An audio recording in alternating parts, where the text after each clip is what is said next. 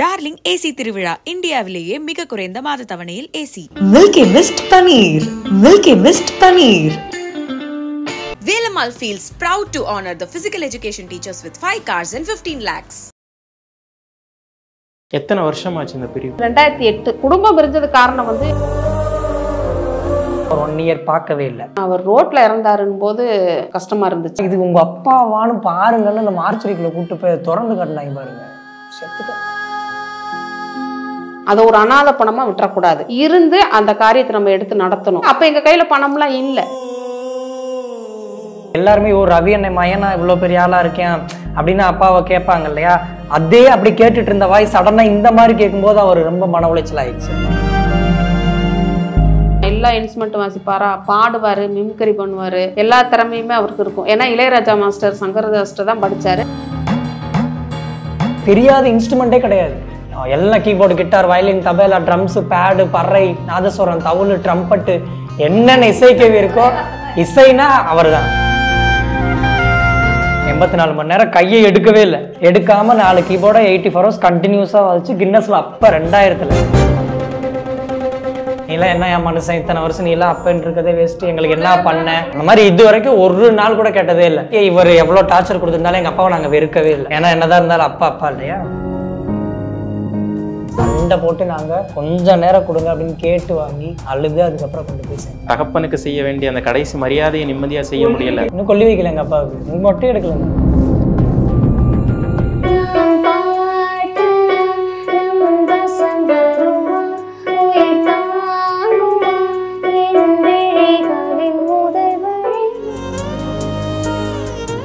ஏற்கனவே நிறைய பிரச்சனைகள் நடந்துகிட்டு இருந்த நேரத்துல ஒரு எதிர்பாராத விதமாக உங்களுடைய கணவர், அவருடைய இழப்பு எந்த அளவுக்கு உங்க குடும்பத்தையே உருக்குலைச்சிருக்கு? அவரை நானும் பிரிஞ்சுதான் இருந்தோம். 10-20 வருஷம் ஆச்சு அவரை விட்டு நான் பிரிஞ்சு இந்த பிள்ளைகளை கூட்டிட்டு வந்து. ஆனால் ஏதோ ஒரு பக்கம் இருக்காரு அப்படின்ற ஒரு இதில் இருந்தோம். ஆனால் எங்களுக்கு எந்த யூஸுமே இல்லாமல் தான் இருந்தார். இருந்தாலும் இருக்கார்ல அப்படின்னு சொல்லிட்டு என்னைக்கா இருந்தாலும் வருவார் அப்படின்ற ஒரு நம்பிக்கையில் நான் இருந்தேன். அவரும் வந்த மாதிரி இல்லை, நாங்களும் தேடி போகல. ஏன்னா பிள்ளைகளை பார்த்துக்கிட்டு நானும் படிக்க வைக்க நம்ம வந்துட்டோம், பிள்ளைகளை பார்க்கணுன்றக்காகவே நான் இருந்தேன். ஆனால் அவர் இறந்துட்டாரு அப்படின்றதுக்கு அப்புறம் தான் அப்போ தான் அவரவே நான் உணர ஆரம்பித்தேன். இருந்தப்போ வந்து எங்கெங்கேயோ இருந்தார். அப்போ எல்லாம் எனக்கு எந்த கோபமோ வம்போ வீம்போ எதுவுமே இல்லை அவர் மேலே. ஏன்னா அவர் அது எதையுமே கண்டுக்கலை. அப்போவே நான் சின்ன வயசுலேயே நான் வந்துட்டேன்.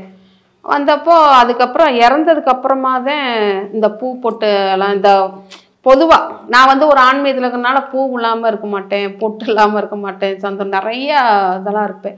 அப்போ நம்ம என்ன சொல்கிறாங்க எல்லாரும், பூ போட்டு வைக்கக்கூடாது, சகுனம் பார்க்கணும், இப்படிலாம் நிறையா. அதை நினைக்கும் போது கொஞ்சம் வருத்தமாக இருந்துச்சு. எங்கேயாவது ஒரு பக்கம் இருந்திருந்தாருனாலும் நம்ம பிள்ளைகளுக்கும் அப்பா இருக்குன்னு சொல்லியிருக்கலாம். நமக்கும் வந்து பரவாயில்ல, ஒரு எங்கேயாவது ஒரு நல்ல விசேஷம்னா முன்னாடி போய் நிற்கலாம், இல்லைன்னா போக முடியாது. நமக்கே ஒரு கூச்சமாக இருக்குது, அச்சமாக இருக்குது. யாராவது வெளியில் யதார்த்தமாக போவாங்க, ஐயோ நம்ம முன்னாடி போகிறோம், என்ன காரியமாக போகிறாங்களோன்னு நம்ம குற்றம், நமக்கே ஒரு பயமாக கொஞ்சம் ஒதுங்கி போகிற மாதிரி இருக்குது. இதெல்லாம் எல்லா அது அப்போ நமக்கு தெரியல, அந்த மாதிரிலாம் கேள்விப்படும் போதெல்லாம் தெரியல. அதை உண்மையாலுமே உணரும் போது வருத்தமாக தான் இருக்குது. அனாதையாக செத்து கிடந்தாருன்னும் போது ரொம்ப வேதனையாக இருந்துச்சு. அவர் ஒரு வீட்லையோ அவங்க அம்மா வீட்லையோ இல்லை என் மக வீட்டில், இங்கே வந்து 2வது பொண்ணு வீட்லையே தான் இருப்பார். அதிகமாக அங்கே தான் இருப்பார். இந்த பெரிய இங்கே பக்கத்தில் லோக்கலில் போயிட்டு அவள் வீட்டுக்கு போயிடுவார்.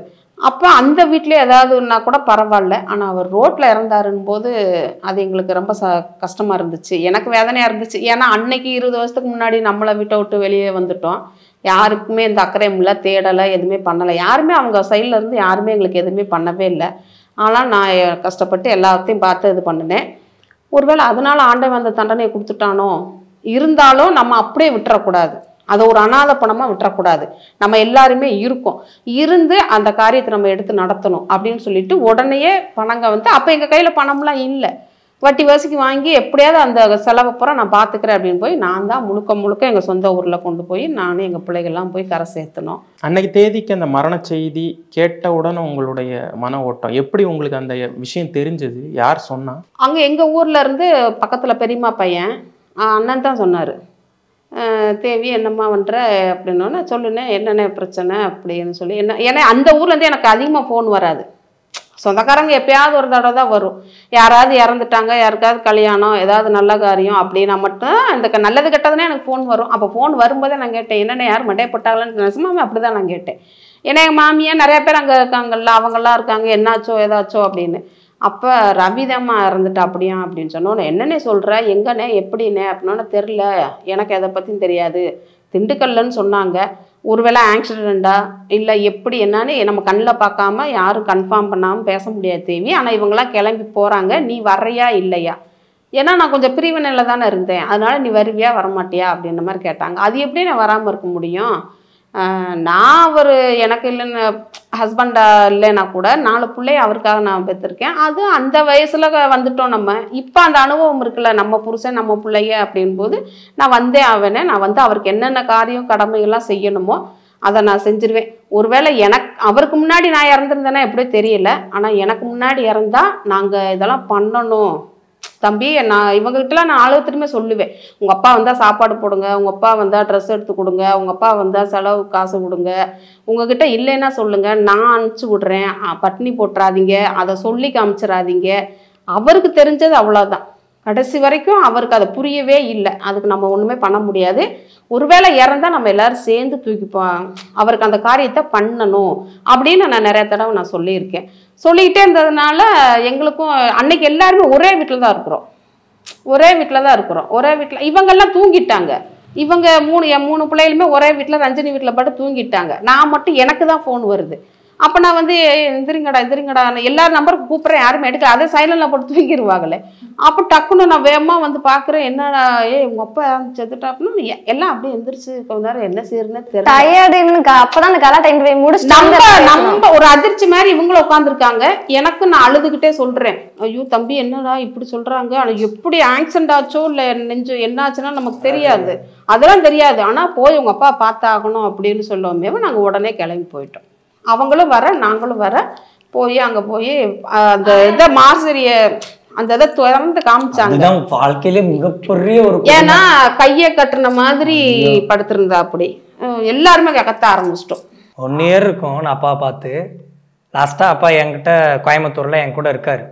2 months என் கூட ஸ்டே பண்ணி அவரை பெரிய பெரிய நிகழ்ச்சிக்கு, பெரிய ஆக்டர் நிகழ்ச்சிக்கெல்லாம் அவரை கூட்டு போய் இதே கீபோர்டு தான் வாசிக்க வைக்கிறேன். அவர் வாசிப்பார், நான் கரகாட்டம் ஆடுவேன். அந்த மாதிரி நான் 2 பேரும் பயங்கரமாக பண்ணிகிட்டு இருக்கோம். நிறைய அவார்ட்ஸ் அப்பாவும் வாங்குறாரு, நானும் வாங்குறேன். அப்பாவுக்கு நான் அவார்டு கொடுக்குற அளவுக்கு வளர்ந்து அப்பாவோடைய திறமையை பார்த்து நான் அவார்டு கொடுக்குற ஸ்டேஜுக்கு நம்ம போயிருக்கேன். அவ்வளோ பெரும்படுவார் அவர். என்ன காரணம் என்ன நினச்சாரோ, அவர் இந்த 24 hours குடிச்சிட்டே இருந்தனால என்கிட்ட இருந்தால் என்னோடய ஃபீல்டு அப்படிங்கிறனால நான் அப்போ சந்திக்கக்கூடிய ஆட்கள் எல்லாம் பெரிய பெரிய ஆளுங்கள் அப்படிங்கிறனால நம்மளால பையனோட ஏதாவது ஸ்பாயில் ஆயிருமா அப்படின்னு அவராகவே ஒதுங்கி திருப்பி அவங்க அம்மாக்கிட்டே போயிட்டார். அதுக்கப்புறம் நான் ஒரு 1 year பார்க்கவே இல்லை. இதில் எப்போ பார்க்குறோம் அப்படின்னா, இது உங்கள் அப்பாவான்னு பாருங்கன்னு அந்த மார்ச்சரிக்குள்ளே கூப்பிட்டு போய் திறந்து கட்டினாங்க பாருங்க, செத்துட்டோம்.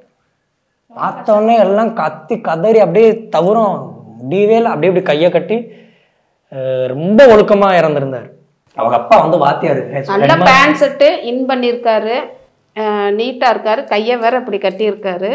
அப்புறம் நான் பார்த்த உடனே என்னை வந்து ஸ்டேஷனுக்கு வர சொல்லிட்டாங்க. மொத்தமாக எல்லாருமே போய், ஏன்னா அந்த இதெல்லாம் ஃபார்மாலிட்டிஸ்லாம் பார்ப்பாங்கள்ல, என்ன ஏது யார் சைன் பண்ணி வாங்குறா, குழந்தைங்க சாட்சி கையெழுத்து அப்படின் போது நான் எல்லாருமே பார்த்தேன் எப்படி இறந்தாரு அப்படின்னு. அப்படியே அழுதுட்டே குடிச்சிட்டு வந்துட்டு அப்படியே வந்து படுத்துருக்கிறாரு.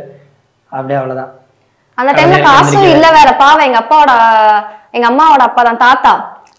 அவர் வயசுக்கு அவர் அவ்வளவு கஷ்டப்பட்டாரு, ரொம்ப கஷ்டப்பட்டு எங்களை இங்க இருந்து கூடி பஸ் செலவுல இருந்து டீ செலவு வந்து எங்க கையில காசு இல்லை. அந்த டைம் என்ன அவ்வளவு செலவு பண்ண, ஒரு பெரிய காரியம் நடக்குது அப்படின்னும் போது கையில குறைஞ்சதை ஒரு 40-50 அமௌண்ட் இருந்திருக்கணும்.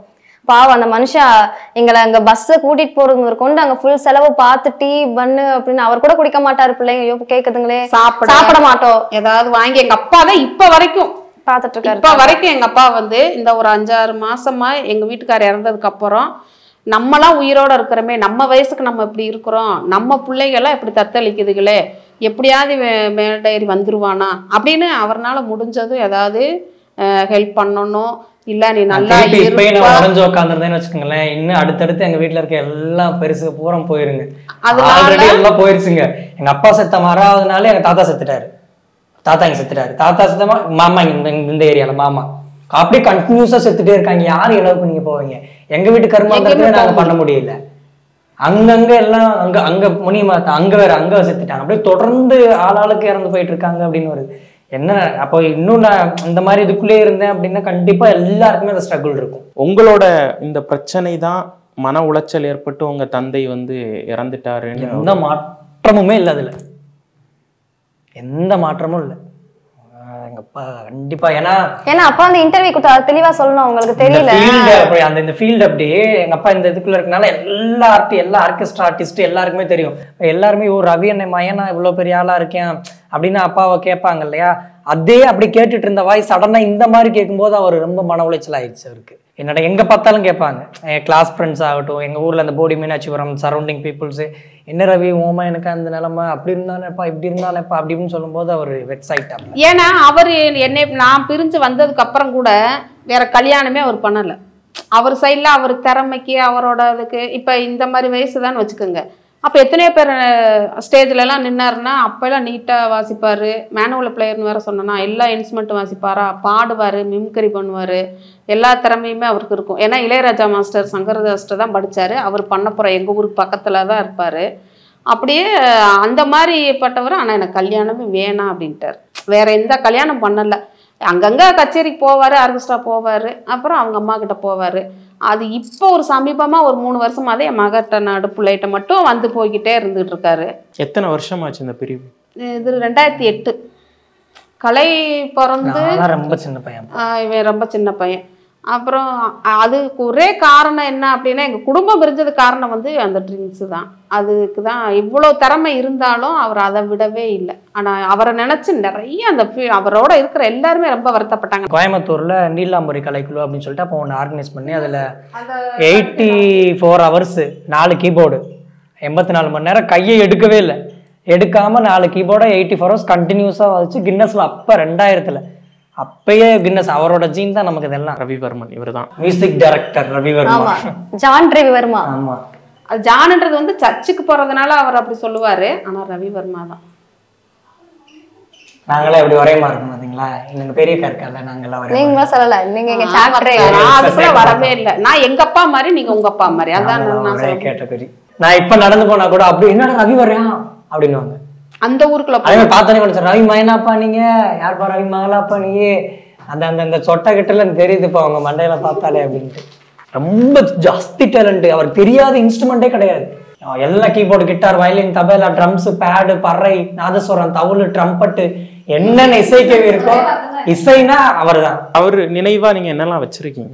அவர் நினைவு அவர் சேர்த்து வச்சுட்டு போன சொத்து என்னடான்னா 1970-80 அவர் உட்காந்து எழுதின நோட்ஸு, இந்த கீபோர்ட் நோட்ஸ், சரிகம பதனிசா, இந்தப்பா இது இந்த ராகம் அந்த தாளம், அது அவர் இவ்வளவு சேர்த்து வச்சிருக்காரு. எங்க எல்லாமே மேனுவல். ஆமா, கிரியேட் பண்றதுதான் இது. அவரா அந்த இந்த மாதிரி அப்படி இப்படி இதுக்கு இதுதான் வரும் அதான் வரும். ஃப்ளூட் எல்லாம் மனுஷன் ஒரு 1000 ஃப்ளூட் செஞ்சிருவாரு. எல்லாமே இந்த கிட்டார்க்கே ஃப்ளெக்ட்ரம்னு சொல்லுவாங்க, அந்த கிட்டார் வாசிக்கிறதுக்குலாம் அந்த ஃப்ளெக்ட்ரம் அவரே எல்லாமே அவரே செஞ்சுப்பாரு, அவரே வாசிப்பாரு.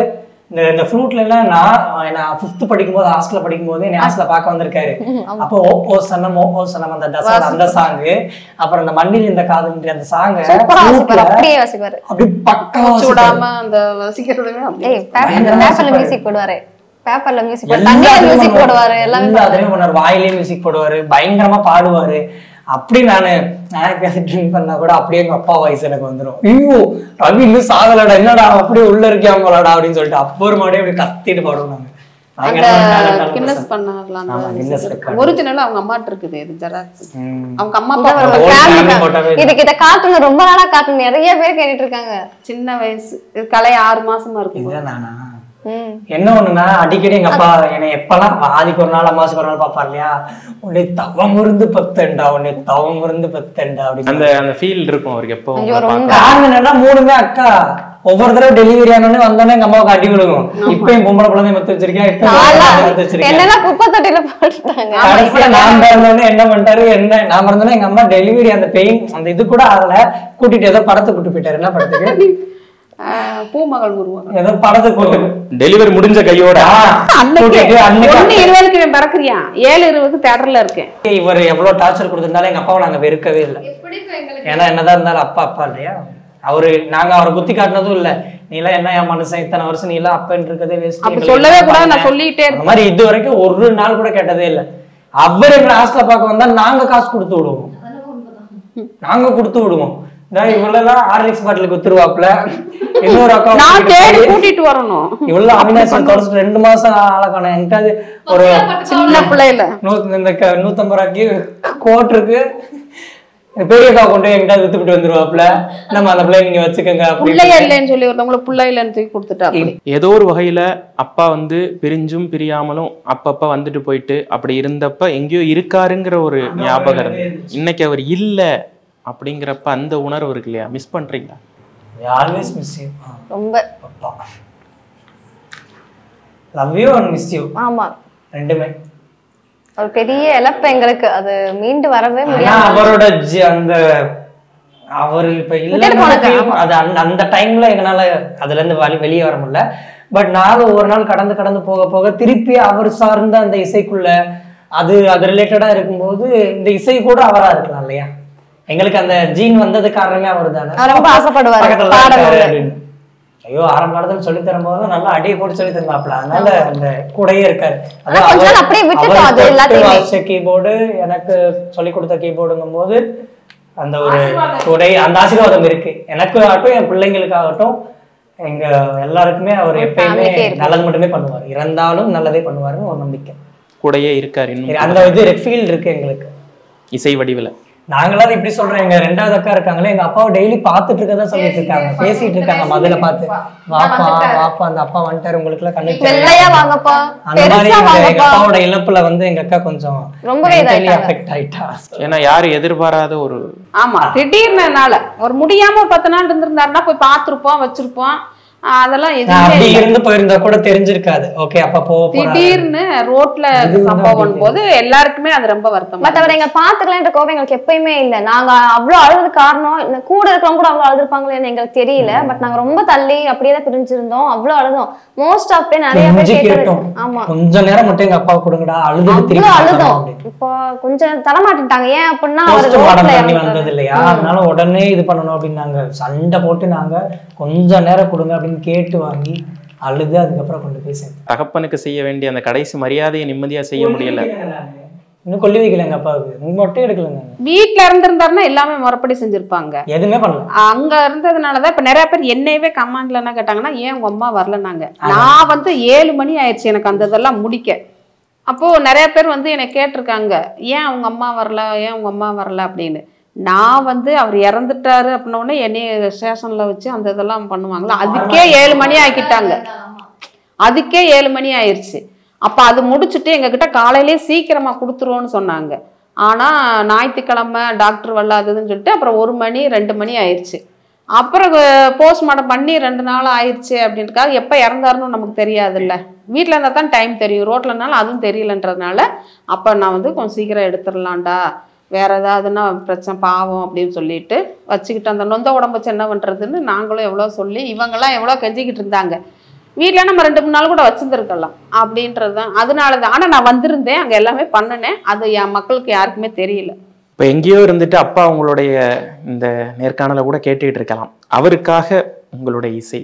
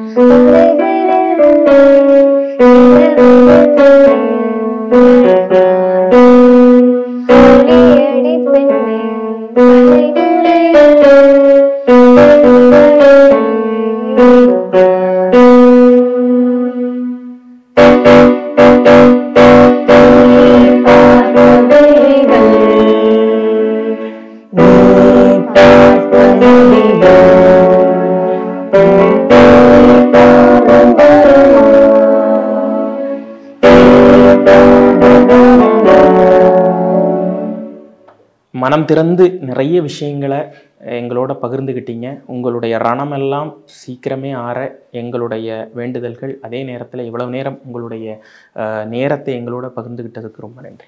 கலாட்டாவுக்கு எங்களுடைய மனமார்ந்த நன்றிகள். கலாட்டா நேயர்களும் இதில் தொடர்ந்து அடுத்தடுத்து கலையை பற்றி போடுறாங்க அப்படின்னா அதில் வர அத்தனையுமே விரைவில் எல்லாத்தையுமே நிஜங்களாக மாற்றி காட்டுவோம் அப்படின்னு சொல்லிட்டு என்னுடைய மனமார்ந்த நன்றிகளை தெரிவித்துக்கிறேன். தேங்க்யூ. டார்லிங் ஏசி திருவிழா இந்தியாவிலேயே மிக குறைந்த மாத தவணையில் AC. Milky Mist paneer. Milky Mist paneer. Velamal feels proud to honor the physical education teachers with 5 cars and 15 lakhs.